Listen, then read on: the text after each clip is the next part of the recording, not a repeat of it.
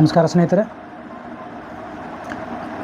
CSR corporate social responsibilities ಅಂತ 2012ರಲ್ಲಿ ಕಾಯ್ದೆಯಾಗಿದೆ ಸ್ನೇಹಿತರೆ. ಅಂದರೆ ಕಂಪ್ನಿಯ 2 ವರ್ಷಕ್ಕೆ ಒಂದು ಸರ್ತಿ ಏನಿದೆ 2% ಕಂಪ್ನಿಯ ಲಾಭಾಂಶದಲ್ಲಿ 2% ತೆಗೆದಿಡಬೇಕಂತ ಕಾಯ್ದೆ ಇದೆ ಸ್ನೇಹಿತರೆ. 2% ಇದು ಪ್ರತಿಯೊಂದು ಹಂತದಲ್ಲಿ ಪ್ರತಿಯೊಂದು ವಿವಿಧ ಇಲಾಖೆಯಲ್ಲಿ ಕೆಲಸ ಮಾಡ್ಬೇಕಂತ ಇದೆ. ಅಂದರೆ ಇವರೆಲ್ಲ ಏನು ಮಾಡ್ತಾರೆ, ಇವರು 2% ಲಾಭಾಂಶದಲ್ಲಿ ಇವಾಗ ರಾಜಶ್ರೀ ಸಿಮೆಂಟ್ ಕಂಪ್ನಿ ಇದೆ ಅಂದರೆ ಇವರು ಇಲ್ಲಿ ಕೆಲಸ ಮಾಡೋದಿಲ್ಲ, ಇಲ್ಲಿ ಸ್ವಲ್ಪ ಮಾಡ್ತಾರೆ ಮತ್ತು ಬೇರೆ ಕಡೆ ಇವರು ಬೇರೆ ಕಂಪ್ನಿ ಎಲ್ಲೆಲ್ಲಿವೆ ಅಲ್ಲಿ ಕೆಲಸ ಮಾಡ್ತಾರೆ, ಬೇರೆ ಕಡೆಗೆ ಕೆಲಸ ಮಾಡ್ತಾರೆ. ಹೀಗಾಗಿ ಈ ಎಲ್ಲ ಲಾಭಾಂಶ ಏನಾದರೂ ಬೇರೆ ಕಡೆ ಹೋಗ್ತಾಯಿದೆ. ಇಲ್ಲಿ ಕಂಪ್ನಿ ಇಲ್ಲಿ ಲಾಭ ತಂದು ಇಲ್ಲಿ ಕಲ್ಲು, ಇಲ್ಲಿ ಮಣ್ಣು, ಇಲ್ಲಿ ನೀರು ತೊಂದು ಇಲ್ಲಿ ಅದು ಇನ್ವೆಸ್ಟ್ ಮಾಡಬೇಕಾಗಿತ್ತು. ಅದು 2% ಲಾಭಾಂಶ ಇದು ಹೋಗಿ ಬೇರೆ ಡಿಸ್ಟ್ರಿಕ್ಗಳಿಗೆ ಮಾಡ್ತಾರೆ, ಬೇರೆ ರಾಜ್ಯಗಳಿಗೂ ಮಾಡ್ತಾರೆ. ಹೀಗಾಗಿ ಇಲ್ಲಿ ಅದು ಯಾವ ಪ್ರಮಾಣದಲ್ಲಿ ಆ ಪಂಚಾಯತಿಗಳು ಬೆಳವಣಿಗೆ ಆಗಬೇಕಾಗಿತ್ತು, ಬೆಳವಣಿಗೆ ಆಗಿಲ್ಲ. ಹೀಗಾಗಿ ಇದು ಒಂದೇ ಕಂಪ್ನಿ ಅಂತಲ್ಲ, ಪ್ರತಿಯೊಂದು company, Chettinad company, Sagar cement company, orient cement company, ರಾಷ್ಟ್ರೀಯ ಸಿಮೆಂಟ್ ಕಂಪ್ನಿ, ವಾಸವತ ಸಿಮೆಂಟ್ ಕಂಪ್ನಿ, ಮತ್ತು ಶ್ರೀ ಸಿಮೆಂಟ್ ಕಂಪ್ನಿ, ಮತ್ತು ವಾಡಿ ಸಿಮೆಂಟ್ ಕಂಪ್ನಿ, ಮತ್ತು JP ಸಿಮೆಂಟ್ ಕಂಪ್ನಿ, ಈ ರೀತಿ ಹಲವು ಕಂಪ್ನಿಗಳು, ಮತ್ತು ಇನ್ನು ಕೆಲವು ಜಮೀನುಗಳು ತೊಗೊಂಡು ಬಿಟ್ಟಿದ್ದಾರೆ. ಆ ಕಂಪ್ನಿಗಳು ಕೆಲವು ಪ್ರಮಾಣದಲ್ಲಿ ಕೆಲಸ ಮಾಡಬೇಕಾಗಿತ್ತು. ಬೇರೆ ಕಡೆ ಕಂಪ್ನಿಗಳು ಇವೆ, ಅವ್ರು ಇಲ್ಲಿ ಬಂದು ಅಭಿವೃದ್ಧಿ ಮಾಡಲ್ಲ, ಇಲ್ಲಿ ಬಂದು CSR ಮಾಡೋದಿಲ್ಲ. ಇಲ್ಲಿ ಬಂದು ಕಂಪ್ನಿ ಮಾಡಿ ಇಲ್ಲಿ ಲಾಭಾಂಶ ತೊಗೊಂಡು ಅಲ್ಲಿ ಹೋಗಿ ಮಾಡ್ತಾರೆ, ಆದರೆ ಅವ್ರು ಬಂದು ಇಲ್ಲಿ ಮಾಡೋದಿಲ್ಲ. ಹೀಗಾಗಿ 2% ಅಂದರೆ ಎಷ್ಟಾಗ್ತದೆ ಅಂದರೆ ಸ್ನೇಹಿತರೆ,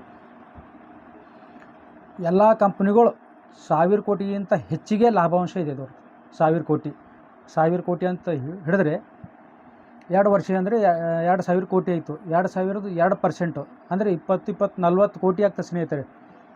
2 ವರ್ಷಕ್ಕೆ ಒಂದು ಸರ್ತಿ 40 ಕೋಟಿ ಆ ಗ್ರಾಮ ಪಂಚಾಯತ್ ವ್ಯಾಪ್ತಿಯಲ್ಲಿ, ತಾಲೂಕು ವ್ಯಾಪ್ತಿಯಲ್ಲಿ, ಜಿಲ್ಲಾ ವ್ಯಾಪ್ತಿಯಲ್ಲಿ ಕೆಲಸ ಮಾಡಬೇಕಾಗಿತ್ತು. ಅರ್ಧದಷ್ಟಾದರೂ 40 ಕೋಟಿ ಅಂದರೆ 20 ಕೋಟಿ ಆದರೂ ಈ ಪ್ರಮಾಣದಲ್ಲಿ ಇಲ್ಲಿ ಕೆಲಸ ಮಾಡಿ ಇನ್ನೂ 20 ಕೋಟಿ ಮತ್ತು ಬೇರೆ ಕಡೆ ಯಾವುದು ಹಿಂದುಳಿದ ಜಿಲ್ಲೆ ಇದೆ, ಹಿಂದುಳಿದ ರಾಜ್ಯಗಳಿವೆ ಅಲ್ಲಿ ಮಾಡ್ಲಿಕ್ಕೆ.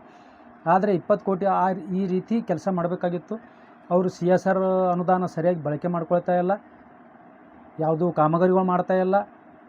ಏನಾದರೂ ಕೇಳಿದ್ರೆ ಅವಾಗ ಸ್ವಲ್ಪ ಕೆಲಸ ಮಾಡ್ತಾರೆ, ಆಮೇಲೆ ಅವೆಲ್ಲ CSR ನಿಧಿ ಅದ್ರ ಬಗ್ಗೆ ದೊಡ್ಡ ಪ್ರಮಾಣದಲ್ಲಿ ಹಗರಣ ಆಗಿದೆ, ಅದು ತನಿಖೆ ಆಗಬೇಕು. ಅವೆಲ್ಲ ಎಲ್ಲೆಲ್ಲಿ ದುಡ್ಡು ಎಲ್ಲೆಲ್ಲಿ ಹೋಗಿದೆ ಮತ್ತು ಟ್ಯಾಕ್ಸ್ ಅಂತೂ ಅವು ಕನ್ಫ್ಯೂಸ್ ಮಾಡ್ತಾ ಇದ್ದಾರೆ ಕೆಲವರು. ಟ್ಯಾಕ್ಸ್ ಕಂಪ್ನಿಯಿಂದ ಟ್ಯಾಕ್ಸ್ ನೋಡ್ಕೊಂಡು ವಸೂಲಿ ಮಾಡ್ಕೊಂಡು ಟ್ಯಾಕ್ಸ್ನಲ್ಲಿ ಕೆಲಸ ಮಾಡಿ ಅದು CSR ಅಂತಲೂ ತೋರಿಸ್ತಾ ಇದ್ದಾರೆ ಮತ್ತು ಟ್ಯಾಕ್ಸ್ ಅಂತಲೂ ತೋರಿಸ್ತಾ ಇದ್ದಾರೆ. ಈ ರೀತಿ ಧೋಕಾ ಮಾಡ್ತಾಯಿದ್ದಾರೆ.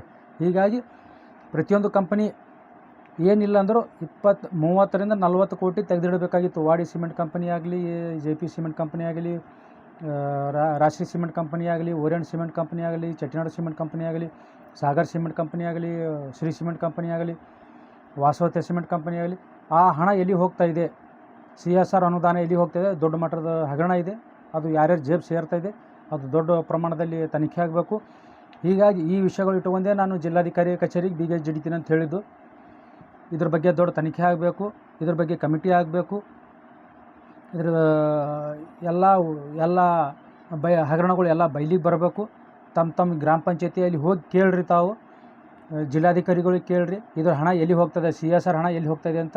ನಾನು ಎಲ್ಲ ಜಿಲ್ಲಾಧಿಕಾರಿಗಳಿಗೂ ಕೇಳೀನಿ, DICದವ್ರಿಗೂ ಕೇಳೀನಿ ಮತ್ತು ಸಂಬಂಧಪಟ್ಟ ಗ್ರಾಮ ಪಂಚಾಯತಿ ಕಾರ್ಯಕರ್ತರು ಕೇಳೀನಿ.